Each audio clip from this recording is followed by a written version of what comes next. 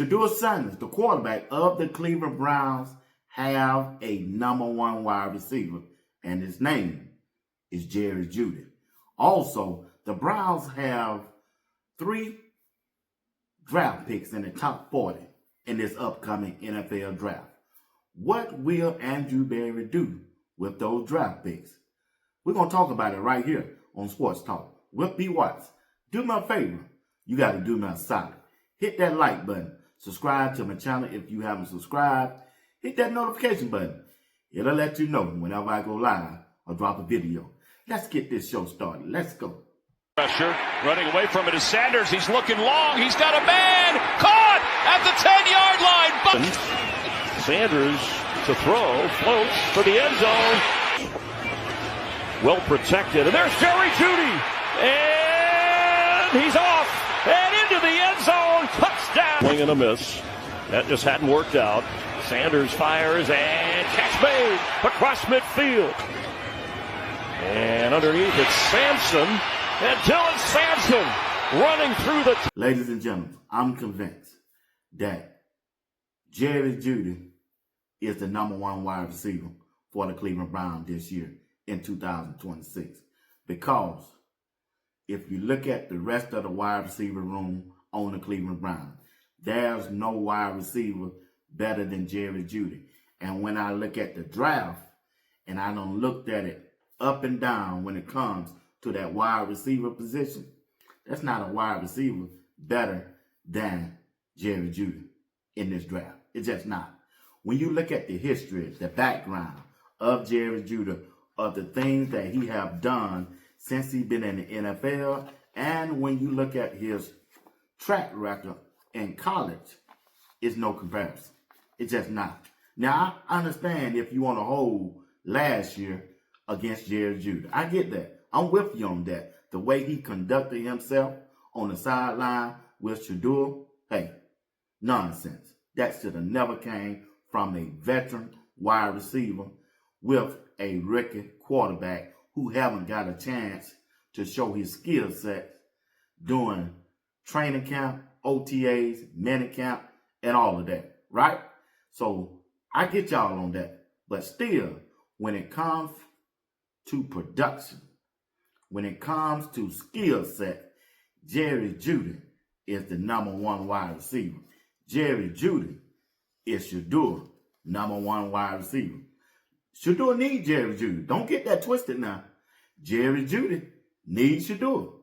Last year, I told y'all, I'm the first one that came out and said, when it came down to training camp and that depth chart with the quarterback position, where is Shedeur at? I couldn't go off the videos that I was seeing. I came on repeatedly and told you, until I see Shedeur Sanders throw the ball to Jeudy, then I know Shedeur is running with the number one offense. I never saw that. If I said that back then, and 8 months later, try to change my thoughts on that, I wouldn't be a good host. I'll be lying to you. So if I'm looking for Jeudy 8 months ago, you ought to know I'm looking for Jeudy this year in 2026. That's why I'm saying he's the best wide receiver on the team. I can't praise Jeudy 8 months ago and now want to kill him 8 months later when he never had the opportunity to work with Shedeur Sanders doing OTAs, training camp, or none of that until he was forced in at quarterback. So now that I'm giving him a full offseason with each other, with a new head coach, a offensive-minded coach, Todd Monken, hey, they need each other. They need each other this year in 2026. Let's look what Jeudy accomplished since he's been in the NFL. Come on and walk with me. All right? 2025. This past year, Jeudy caught 50 passes, 602 yards, and 2 touchdowns. That wasn't a good season for Jeudy. But you also got to put in the context. He played with Joe Flacco, a 41-year-old quarterback, the first 6 games, or the first 4 games, excuse me. The first 4 games, how did that look? With Kevin Stefanski, the play caller. Okay then, you see what I'm saying? Then, the next 6 games, how did Jeudy look with Dylan Gabriel? Ball thrown at his feet. Balls overthrown over his head. The ball back of him. He couldn't catch the ball. He just kept missing throws after throw after throw to Jeudy. Frustrated. Couldn't understand the direction of the head coach, nor the organization, nor the offensive coordinator, Tommy Reese, at that time. And all of a sudden, Shedeur Sanders came in the game. And what did him and Jeudy do? They start performing at a high level at times. Shedeur had to look for him. He caught some passes, and also he dropped some passes. Well, Jeudy dropped the pass in the end zone when Shedeur threw him a touchdown. He had the ball, but somehow the defender came away with the ball. Interception. All right? Shedeur Sanders hit Jeudy down the sideline. Jeudy was hopping, trying to make a play, trying to get extra yard, and a defensive back came and knocked the ball out of Jeudy's hand. Well, other than that, what we saw on the sideline, other than those 3 plays right there, ain't nothing else you can say about Jeudy now. Ain't nothing else you can say about Jeudy. They just haven't had any time together to get the chemistry down so that Shedeur can trust him. But check this out. Not only in 2025 did he put up those numbers, he put up most of those numbers with Shedeur Sanders. If you go back and check it, he put up most of those numbers with Shedeur Sanders. You remember when he ran that bang 8 against the Tennessee Titans? He caught that ball in the snow. Yeah. So those are some plays that I see can happen this year in 2026. Todd Monken believe in Jeudy. Andrew Berry believe in Jeudy. Well, we just ain't going to stop last year. Let's go back to 2024, his best year while he was at Cleveland. Jeudy caught 90 passes for 1,229 yards and 4 TDs. Let that sink in with you. If he almost caught 90 passes for 1,200 yards, don't you think he can put up those same numbers and more with Shedeur Sanders in a 17-game season? I expect him to have 100 passes catch this year because he will beat Shedeur #1 target. When you look at Jeudy when he was in Denver, 2023, 758 yards, 2 TDs. 2022, 67 catches, almost 1,000-yard receiver, 972 yards, and 6 TDs. Hold on. Wait. Don't go nowhere. Check this out. When he was at Alabama, the Crimson Tide, they had a stacked wide receiver corps. Oh, yeah, they did that. You remember when Waddle and all of them was out there?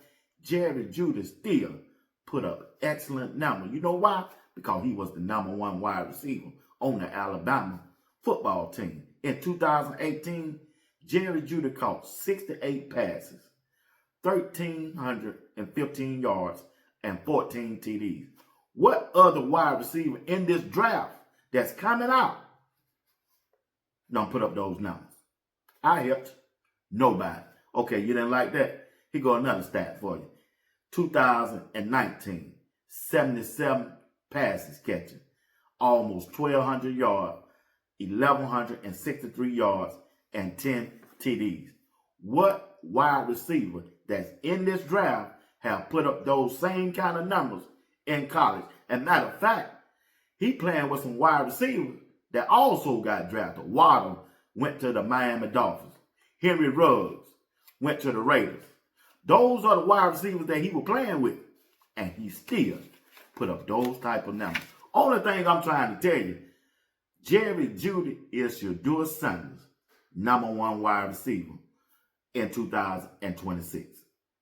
Unless they make a trade to get a big-time wide receiver.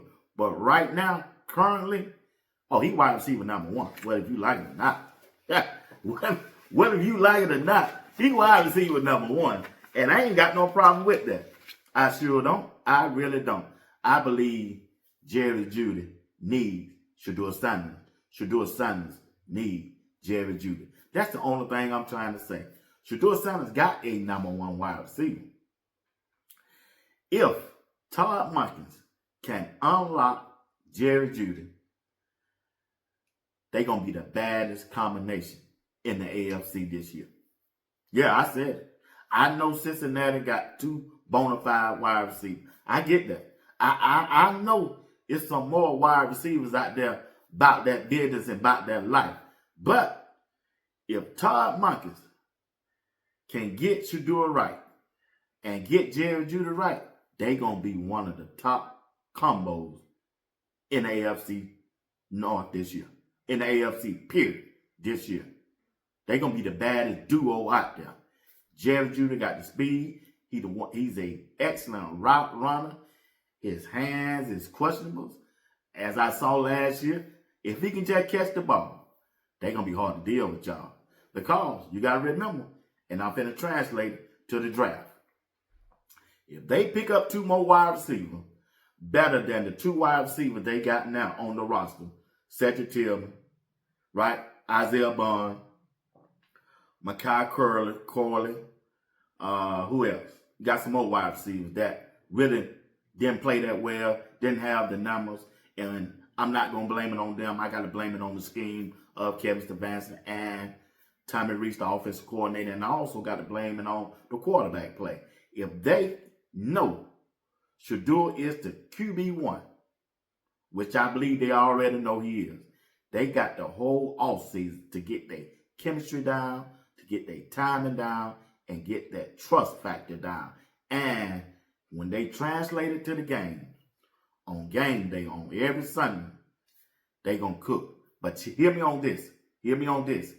This draft coming up, April the 23rd through the 25th, is very important. Very important. We done heard the owner 2 months ago came out and said the next 120 days is important for the Cleveland Browns football team going forward.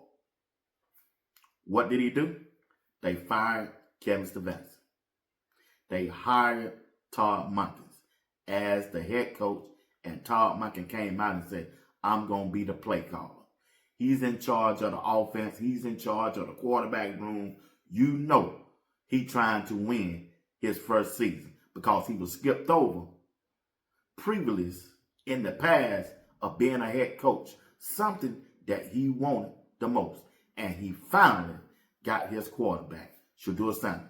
Tried to get him when he was at University of Georgia. Tried to get him when he was at Baltimore. And when I look at Todd Monken's eyes and the way he handling the Cleveland Browns media, he let them know, I ain't coming to play. Don't play with me. Don't play with me about the questions. Don't come out here asking me the same old question every day. He letting them know. And they don't got the message now. You don't hear Tony Grosser out there talking foolish no more either. But check this out. Hear me on this. Getting back to the draft. There's not a wide receiver in this draft better than Jeudy. Now let's look at the draft. What will Andrew Berry do with that number 6 pick? I got a question. Put your answer in the comment section. If Cornell Tate is there, and we know the Cleveland Browns need a wide receiver to go along with Jeudy. If that safety from Ohio State, Caleb Down, is there, which player should Andrew Berry take? The wide receiver, Cornell Tate, or the safety, Caleb Downs? You got to remember, if you are drafted in the top 10 in this draft, end of your career in 10 years, you should be a all-pro player, in my belief. So if you being picked at number 6, which one of those players you think got the potential of being a all-pro player? At that number 6 pick, between Tate and Caleb Downs, that's hard, y'all. That's why Andrew Berry get the big bucks. I have to say Caleb Downs. I have to take him. And the Cleveland Browns fan base, they probably get upset because they know they need some wide receivers. But the wide receiver room is deep enough. It's deep enough so you can get some good wide receiver. You can get 2 excellent wide receivers after that number 6 pick if you don't trade out of it. If nobody offer you a trade, you can stay there and get a good football player. That's what the Cleveland Browns need. They need some more good all-pro football players. They got a good player in Myles Garrett. They got a good player in Carson Swetson. All of those on the defensive side. Even though you got Denzel Ward back there, he's a good player too. But if you can get a top 6 pick to go along with the rest of the pieces that you got on defense and a player like Caleb Downs, you got to take him. He's a generation talented player in college football. So you can add him to the back end of your defense to go along with the 2 cornerbacks, to go along with Myles Garrett, Carson Swetson. You got Malik Collins coming back. Boy, that defense going to be lights out, y'all. They're going to be lights out. Because you can use Caleb Downs. You can bring that safety down in that box. Man, that your running game is through on the other teams. It's over with. With Carson Swetson, then you brought in a linebacker from the New York Jets. He was a Pro Bowler. So, and you add Caleb Downs, man, your defense going to be, boy, they're going to be lights out against the run. They will be. But they got 2 more picks. Andrew Berry got 2 more picks. That's a 6th pick out the way. You know you need an offensive lineman, right? You know you need some wide receivers. So what do Andrew Berry do with that 24 pick and 39 pick? 24 pick is still in the first round. The 39 pick is in the second round. It's top. They got 3 top 40 picks. At that 24 position, if Jordan Tyson is there, I'm taking him. If Denzel Boston is there, I'm taking him. I'm taking one of those wide receivers if they're there. And I believe they just might be there because Jordan Tyson, his draft status has dropped because of his injury. I heard he's doing a workout for all the NFL teams on the 19th to demonstrate his skill set to the NFL. So we're going to see and keep an eye on that. But if he's still there at that number 24 pick, you got to take him. You got to take a chance on Jordan Tyson because of all the wide receivers in this draft, he got a better skill set than all of them. He can get off the line of scrimmage. He's fast. He can catch the ball with his hands, strong hands in traffic. And once he catch the ball, he know what to do with it. He get vertical real quick. So Jordan Tyson, if he's there, you take him. Now go back to Denzel Boston. Now Denzel Boston is there. You take him too. If Jordan Tyson's gone, you got to take Denzel Boston. 6'4", 210 pounds. He going to have the height over just about any defensive back that he run across. So you got to take him, man, if he's there. So you put him along with either one of those wide receivers, along with Jeudy, the Cleveland Brown offense is still going to be better, and you still can sign a free agent wide receiver after the draft. After the draft, you still can do that. But it's enough wide receivers in here, you should walk away with at least two wide receivers from this draft. And then after the draft, man, unrestricted free agent, Cecile Brown, bring him in. From Colorado, bring him in. It ain't costing you nothing. You didn't waste no draft pick on him. Cecile Brown is better than Cedric Tillman. Hey, I'm just being straight honest with you. He better than Cedric Tillman. So, and then you got that 39th pick. You can find your offensive lineman. I don't care if you get a guard. You get your offensive line, whatever your depth chart, how is it lined up, and you go by who on that offensive side you got grade the highest, you pick him at that number 39 pick. That's my take on how Andrew Berry should handle the draft. At that number 6, if Caleb Down is there, you take him. If not, you take Cornell Tate. You take Cornell Tate. And at that number 24 pick, you got to go with Jordan Tyson or you got to go with Denzel Boston. 39 pick, that's where you find your offensive line. It don't matter if you're a guard, Tiger. If Kalen Proctor is there from Alabama, you take him.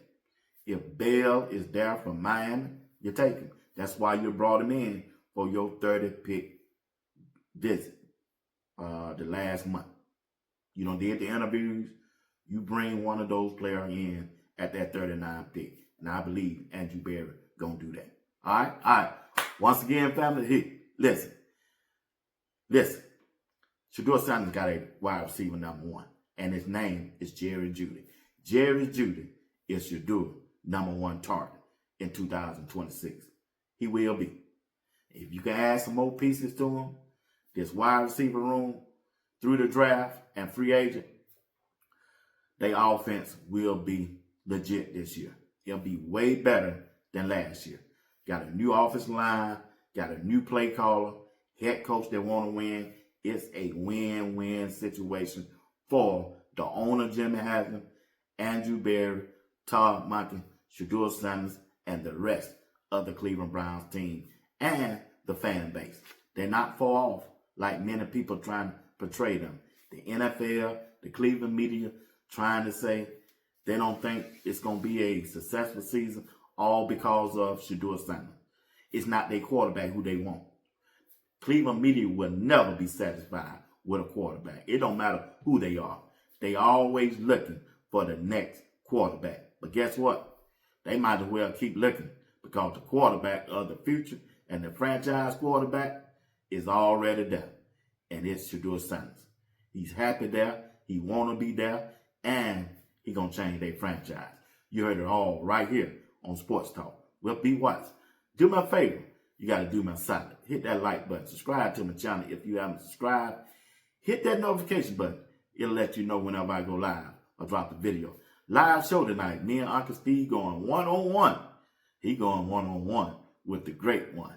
And we're going to be talking about Shedeur Sanders versus Deshaun Watson and the rest of the quarterback room. And also, we're going to talk about Coach Prime and the Colorado football team yesterday's spring game.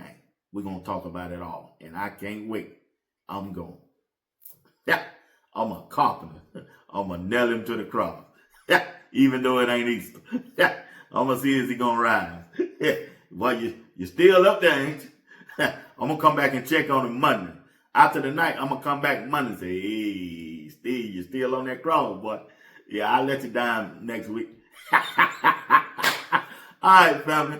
Appreciate y'all. Don't forget to rock with us. I'm telling you, tonight at 8 o'clock p.m. Eastern Time, it's going to be the show of the century. You don't want to miss it. You don't want to miss it. Got one of the best chat rooms on YouTube also. Come on over and be with us tonight. All right? Until then, peace. I say chase your dreams, man. Do that thing, man, that keeps you up at night. That thing that bothers you, man, that makes you trip. You can't quit thinking about it. You always, that thing, man, that you wake up in the middle of the night, you got a new idea. That's what you got to chase. That's what you got to chase. Maybach music.